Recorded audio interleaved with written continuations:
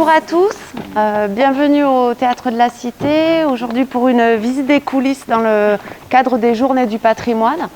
On va vous proposer une déambulation notamment sur les plateaux et les espaces qui sont d'habitude réservés aux artistes et aux équipes techniques. Le Théâtre de la Cité a un statut de centre dramatique national. À ce titre, il est dirigé par un artiste, en l'occurrence Galine Stoeff. Ça donne quand même une couleur très spécifique à ces lieux qui sont dédiés à la création et à la production de spectacles. Donc dans la programmation notamment, on y reviendra par la suite à la fin de la visite, il y a beaucoup de spectacles, une grande majorité sont des spectacles qui n'ont pas encore été créés quand ils sont programmés au Théâtre de la Cité et qui sont pour certains aussi accompagnés financièrement, coproduits ou produits par le Théâtre de la Cité. Ici donc on est dans la salle la plus grande où on peut accueillir jusqu'à 888 personnes.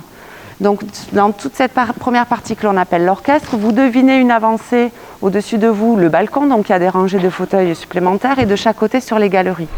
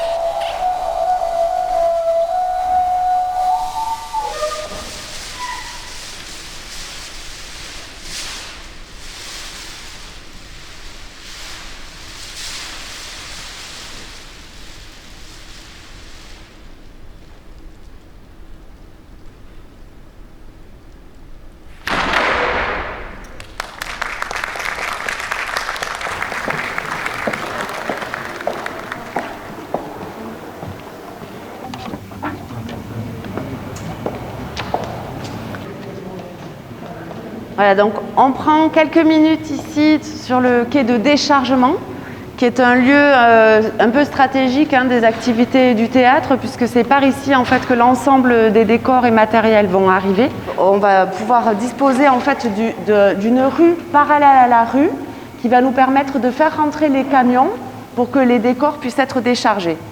Je vous l'ouvre quand même.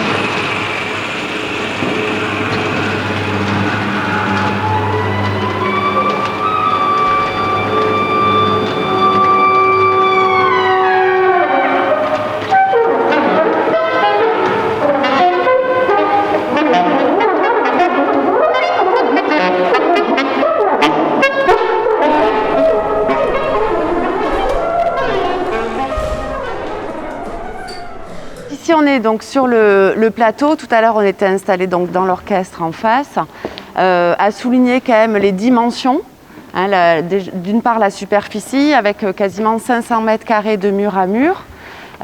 Aujourd'hui donc le plateau est quasiment vide pour les Journées du patrimoine, et à chaque fois qu'on accueille ou qu'on produit un spectacle, en fait il y a une implantation de décors, de lumière et de pendrillons aussi pour matérialiser les espaces, qui est spécifique à chaque spectacle.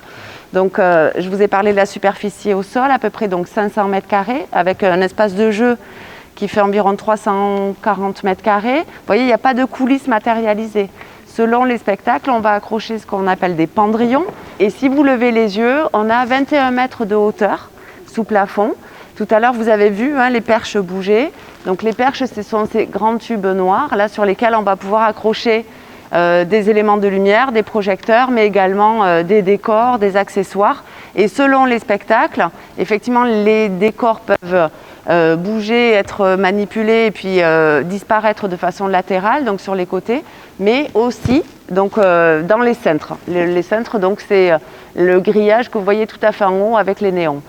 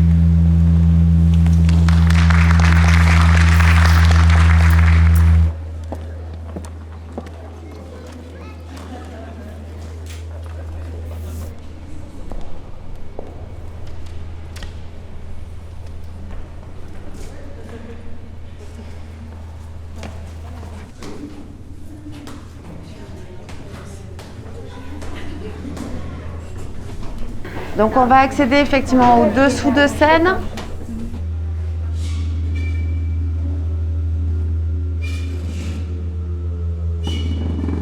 Ben là, on vous dévoile toute la magie du théâtre avec cet espace. Tous les plateaux ne sont pas équipés de dessous de scène. Alors c'est vrai que quand ils existent, les metteurs en scène notamment qui créent sur cet espace s'en saisissent parfois.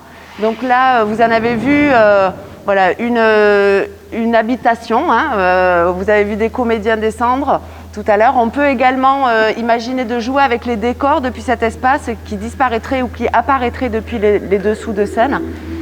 Et effectivement, tout à l'heure a été posée la question du nombre de trappes, ou d'endroits qu'on pouvait ouvrir. C'est l'ensemble du plateau en fait qui se détrape.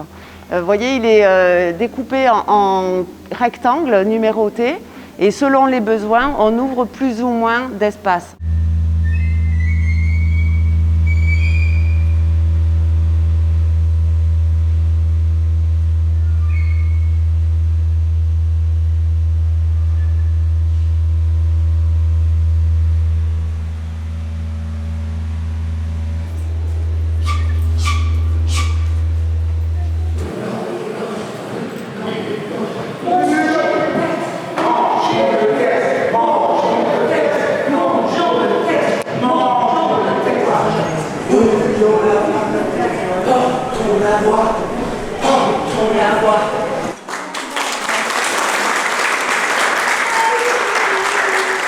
On va s'avancer au cube.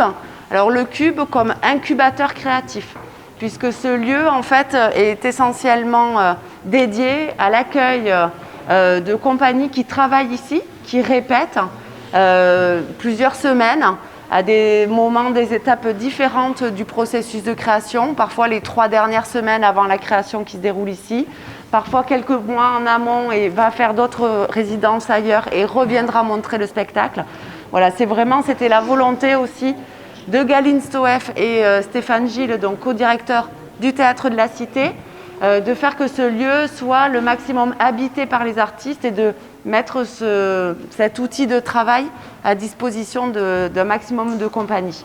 On va s'avancer au cube.